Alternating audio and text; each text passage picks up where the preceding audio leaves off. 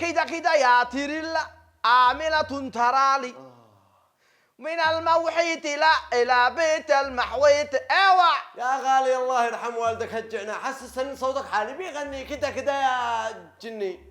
ايش فهمك يا سمندع في الاصوات؟ ايش والله في الرباع على التفاح ياكلي كده كده يا تيريلا اوعى. يا غالي الله يحفظك ماشي وبرنامج مواهب وحبس ازعجتني. يا سمندع ليش تصيح فوقي يا اخي؟ انا ضبحان من حالي والله ضيقان. انا جيت اليمن عشان استقل، قاموا يحبسون احنا وبعد شويه بيرحلوني. يا اخي خليني احللها اغني. يا اخي خليها على الله، لا تضبح بنا وتضبح بنفسك داحين عين الله لا تجني هجعني. يا سمندع يا سمندع يا الله لا حول ولا قوة الا بالله. اسمع يا سمندع، ايوه انا تعبان وضيقان يا اخي. ايوه بلادنا احنا كلها حرب. ليش ما به اخي يستقل في السعوديه، ايوه وابن عمي غرق في البحر الامحري كان بيهرب الى اسبانيا، ايوه واخي الكبير محبوس في الخليج، يا عيبه والعائله. وانا هنا محبوس يا سمندع. كل حياتنا ضيق فاضي، خليني اغني افتن.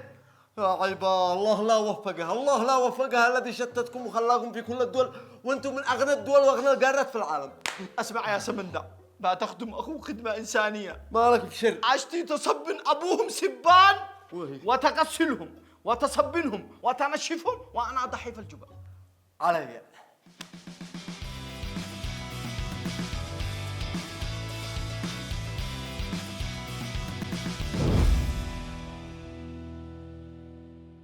السلام عليكم والريحوم، صلينا على محمد وعلى آله. يا جماعة الآدمي هذا قطع قلبي، قلضني الله أن أخوتنا في أفريقيا مظلومين، معاهم من كل ثروات الدنيا لكن ما نفعل. تعتبر أفريقيا ثاني أكبر قارة في العالم بعد قارة آسيا، يعني آسيا وبعدها أفريقيا، وعد بالثنتين بنت كلب بعدين، واحد اسمها أوروبا وواحد اسمها أمريكا الشمالية، لكن قالوا قد طلقت. أما من ناحية المساحة يا جماعة، مساحة أفريقيا طلعت 30 مليون كيلو متر مربع، يعني معاهم نص الدنيا. يا سمندع ليش تحسد؟ لا تحسد. أنا ما بنحسد يا غالي، أنا غاثي عليكم. أما عدد سكانها طلع مليار نسمة، و2 مليار الذي عندنا. لا تكذب يا سمندع، بطل خرط. نحن بنضحك يا غالي. ركزوا معي يا جماعة، تعتبر القارة السمراء من أهم وأغنى وأكبر القارات والبلدان في الأرض. وفقا لبيانات البنك الدولي، تمتلك إفريقيا احتياطيات كبيرة من المعادن الأساسية، وتعتبر منجما ضخما ينتج كميات كبيرة من المعادن كالذهب والألماس والبلاتين والكوبالت والحديد. ولا نكتفي بالحديث عن هذه الثروات المعدنية دون الحديث عن ثروات النفط والغاز، حيث تتمتع القارة باحتياطيات تتركز في عدد من البلدان وتضعها على خريطة الطاقة عالميا. ما شاء الله، ثروات لا يوم الثروات، الله يدي رزقهم. بعدها يقولوا آسيا بتحسدهم. عدوا معي يا جماعة، عدوا وركزوا، أنا ما شاعت.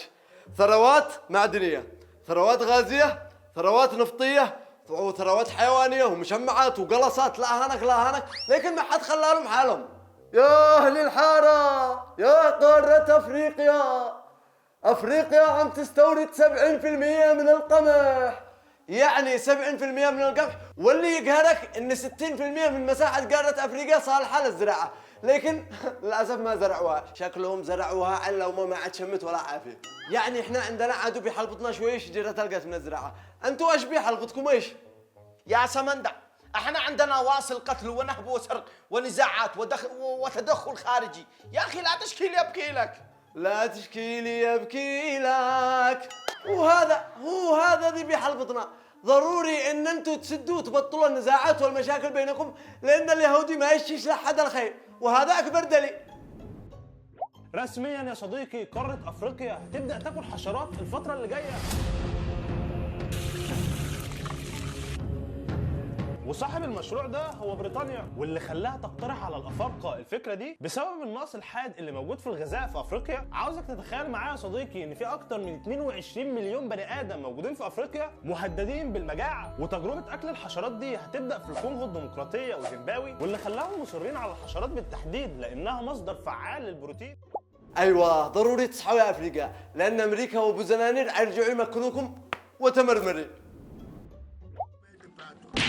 Wadi mama eh. Wadi mama eh. Baba di mama tepat. Baba di mama tepat.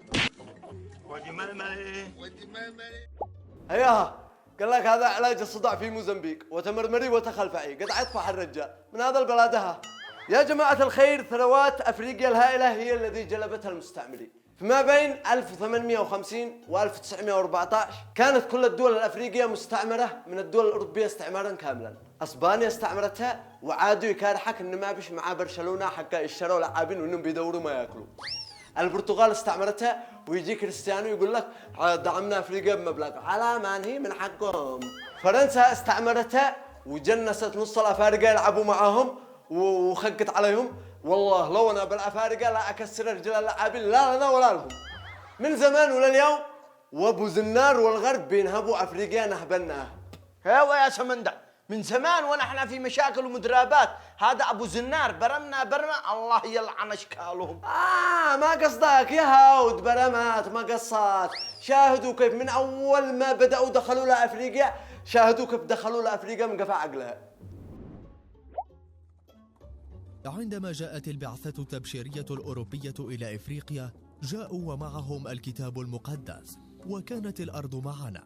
قالوا لنا لنصلي، أغمضنا أعيننا، وعندما فتحناها وجدنا الكتاب المقدس معنا والأرض معهم.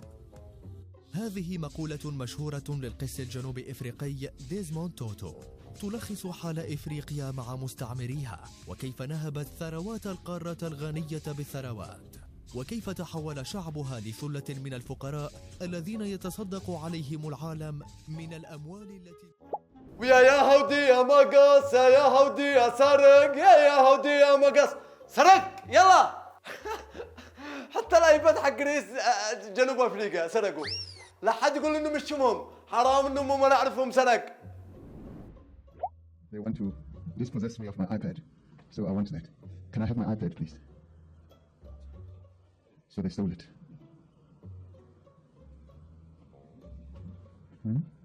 I had my iPad.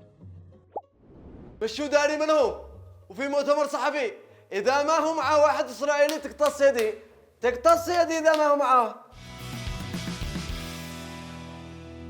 دور أمريكا وإسرائيل في أفريقيا خطير.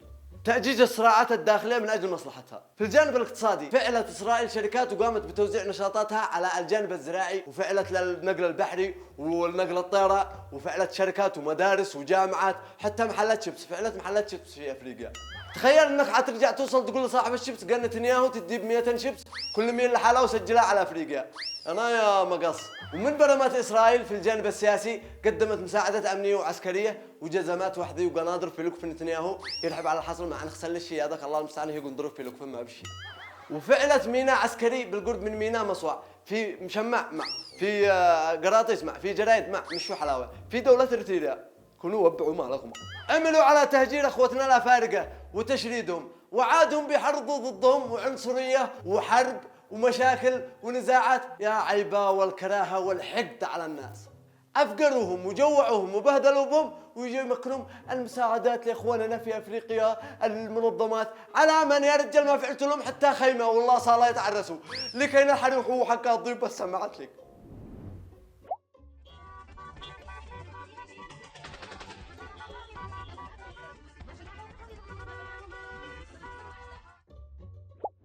حالة يرثى لها الأمانة في أفريقيا ولا حدك ولا.